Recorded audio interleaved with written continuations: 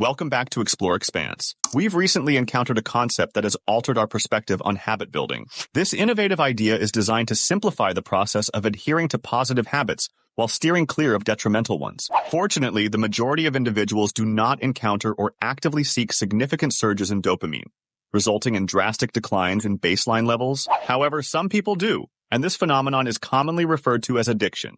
It occurs when an individual relentlessly pursues a substance or activity that induces substantial spikes in dopamine. Now, you comprehend that following the event, the dopamine baseline decreases due to the depletion of the readily releasable pool of dopamine. The dopamine is essentially unavailable for release, leaving individuals feeling quite down. Unfortunately, many people erroneously seek out the dopamine-inducing activity or substance once more, believing it will elevate their baseline and recreate the initial peak. Contrary to their expectations, not only does it fail to provide the desired peak, but their baseline continues to diminish further and further. As they continually deplete dopamine, we have witnessed this recurring pattern in individuals grappling with addiction. Consequently, those addicted often find themselves experiencing significantly diminished pleasure over time.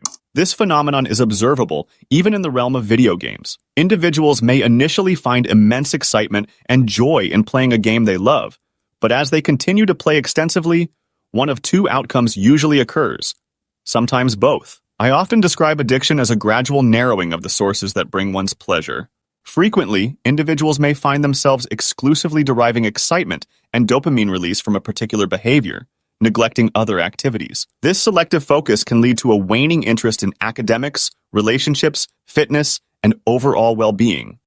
Ultimately, this pattern often results in a cessation of dopamine release, even from the initially engaging activity, leading the person into a profound state of depression. The severity of these patterns can escalate to the point where individuals may contemplate suicide. However, let's consider a more common scenario, the case of someone who excels at work and maintains a regular exercise routine during the week, but indulges in drinking on the weekends. Although this individual only consumes alcohol on 1 or 2 nights a week, they may also elevate their dopamine levels mid-week through indulgent food choices. While it's normal to enjoy the foods we love, the issue arises when these foods trigger substantial dopamine release. Additionally, this work hard, play hard individual engages in ocean swimming midweek and dances on the weekend, creating what may seem like a well-balanced life. The challenge lies in the fact that dopamine is not selectively stimulated by one of these activities. It responds to all of them. Dopamine serves as the universal currency for craving, motivation, desire, and pleasure. Despite the seemingly balanced distribution of these activities throughout the week,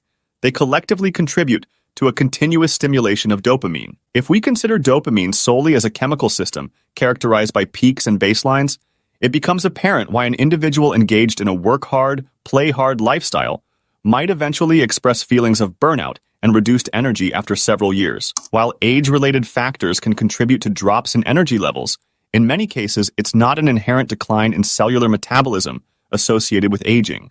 Instead, it often stems from the individual continuously spiking their dopamine through various activities throughout the week, causing a gradual and subtle decrease in their baseline. This decline in baseline dopamine can be insidious, reaching a point where it becomes imperceptible. Once it hits a threshold of low dopamine, individuals may find that activities that once brought pleasure no longer do so. This situation bears a resemblance to more severe addictions, such as those involving substances like cocaine and amphetamines, which lead to significant spikes followed by severe drops in baseline dopamine. Engaging in enjoyable activities is an essential part of life, but understanding the dynamic between peaks and baseline is crucial.